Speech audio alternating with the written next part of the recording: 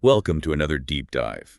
You know how much we love to unpack these complex topics, and today is no exception. We're diving into Islamic thought, looking at a new perspective on the Adam and Eve story from the Qur'an. And this is a story with so many interpretations. It's ripe for this kind of deep dive, especially from the more, shall we say, unconventional viewpoint offered by Dr. Abla Hasan. Right, and I have to say, just skimming through the excerpts you sent over from her book on pain and suffering, a Quranic Perspective, I was already hooked. Let's be real. Most of us, even if we aren't coming from a strictly religious background, kind of absorbed that traditional Adam and Eve narrative. Absolutely. It's so pervasive. So, Adam, created by God in paradise, angels everywhere. Bowing down. Exactly. Except for Iblis, who basically says, nah, I don't think so. So there's a wrench in the whole thing. And that's when we get the forbidden tree, the temptation, and bam, exiled to earth as punishment. And that whole exile thing, the idea of earth as this consequence of Adam and Eve's actions, that's something Dr. Hasan really takes issue with. Yeah, and reading her work, I found myself thinking, wait, hold on a minute. Like, that whole thing about Adam fearing death, if he's in paradise, this eternal realm, why would death even be a concern? It's a huge contradiction, and Dr. Hasan doesn't shy away from pointing it out. She basically says this fear of death doesn't make sense if we're talking about paradise as traditionally understood, a place where death has no power. And then there's God forgiving Adam, which we know from the Qur'an, but then comes this harsh exile to earth. Doesn't quite add up. Not really. It's like, what's the punishment for if forgiveness is already granted? It's one of those inconsistencies Dr. Hasan wants us to really wrestle with. And it gets even more complex when we think about collective punishment. Oh, you mean the idea that all of humanity is somehow paying the price for what Adam did?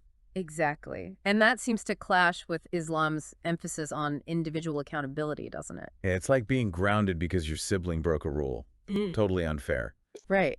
And here's another thing. The word Jannah, we usually translate it as paradise, right? But Dr. Hasan points out it can simply mean garden, any garden, not the paradise. So maybe we've got the setting wrong this whole time. We've been picturing this grand heavenly paradise, but what if it was just a garden? It throws a whole new light on the narrative, doesn't it? Absolutely. Okay, so we've got contradictions, a possible misunderstanding of the setting. I can already tell this is going to be a wild ride. Where does Dr. Hasan take us from here? It's like we're dismantling this puzzle piece by piece, only to realize it might fit together in a totally different way than we thought. That's a great analogy. And Dr. Hasan, she doesn't leave us hanging with all these shattered pieces.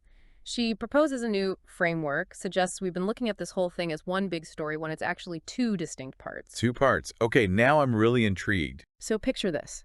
Part one, she calls it the story of creation. And this unfolds in the heavenly Jannah, that paradise we often imagine. The focus here is all on Adam, his creation, his purpose as God's successor on earth. And it wraps up rather dramatically with Iblis getting the boot.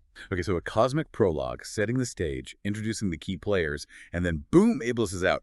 Where does the whole forbidden fruit, the temptation, all that come in? That's part two, the first test. And here's the thing. This part takes place not in that heavenly Jannah, but in an earthly garden. Dr. Hasan, she argues this distinction, heavenly versus earthly garden, it's super important to understanding the whole thing. Two gardens, two different settings. What evidence does she have for this two-part theory? Well, look at the order of creation in the Qur'an. God creates earth before the heavens. This, Dr. Hasan argues, suggests a preordained plan for humanity to be on earth. It wasn't some kind of afterthought, a punishment. It was part of the design from the very beginning. So not a fall from grace, but a purposeful journey to earth. Exactly. It changes the whole narrative. Right. It's like we've always seen it as going backward, but what if it was always about moving forward towards this earthly existence? And then there's how the angels react to Adam's creation. Remember, they aren't all-knowing. When they express concern about Adam causing corruption, bloodshed, it's not a prophecy. It's more about their own limitations. They can praise God, but they don't get the complexities of this earthly realm. Sounds like they might be a little jealous even. It's an interesting thought, isn't it? Speaking of interesting, let's talk about those names. God teaching Adam the names of all things. Yeah, that part always kind of threw me, like a divine vocabulary lesson. It's much deeper than that. Dr. Hasan points out that names can also refer to languages. So Adam isn't just getting a list of words, he's receiving the very foundation of human communication. So not just Adam pointing at a bird while God says robin, but more like him receiving this ability to form words, to create meaning, something angels, with their limited earthly understanding, couldn't do. You got it. And get this. Dr. Hasan connects this to modern linguistics, to Chomsky's theory of universal grammar. That idea that our capacity for language is innate, a fundamental part of being human. Whoa, so the Quran is saying this ability to communicate, to connect, to build societies, all essential for life on Earth. It's woven into our very being. Exactly. But there's still Iblis. Banished from paradise. Where'd he go? How's he tempting Adam if they're in completely different realms? Right. Big question. And it leads us to another fascinating detail Dr. Hasan brings up.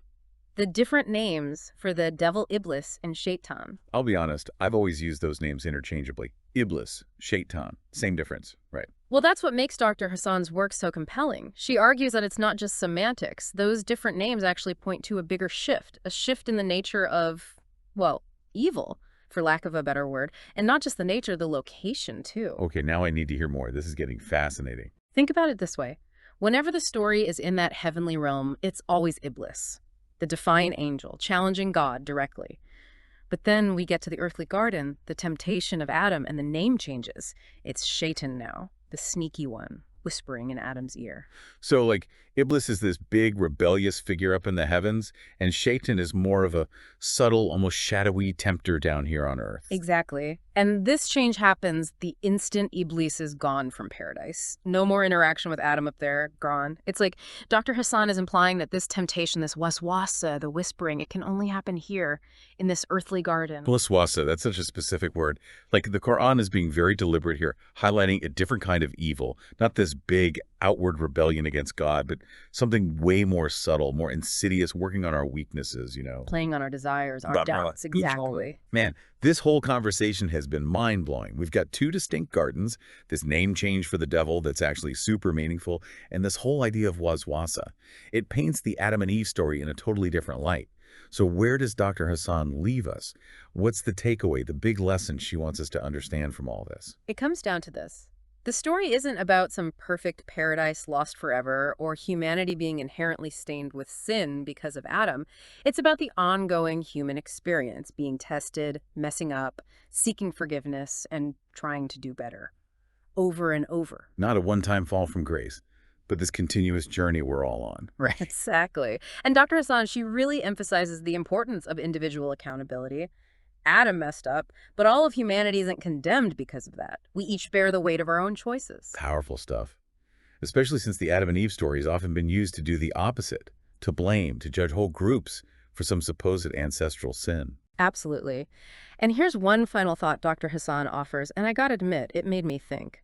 She suggests that the forbidden tree itself, it might have been just a regular tree, any tree. Wait, really? Just a random tree in the garden? The real test wasn't about that specific tree, but about obedience, about choosing to trust God's will over immediate gratification, even when temptation is right there. Dr. Hasan's take really flips the script, doesn't it? This isn't a story about a tragic fall from some perfect state.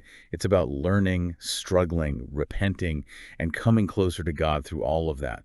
What a powerful message. It makes you wonder what other interpretations we might be missing, what other assumptions we need to question. If you're feeling as intellectually fired up as I am right now, you've got to check out Dr. Hasan's book on pain and suffering, A Quranic Perspective. You might be surprised at the insights you discover. And on that note, thanks for joining us on this deep dive into the Qur'an. Always more to learn, always new ways to see these stories.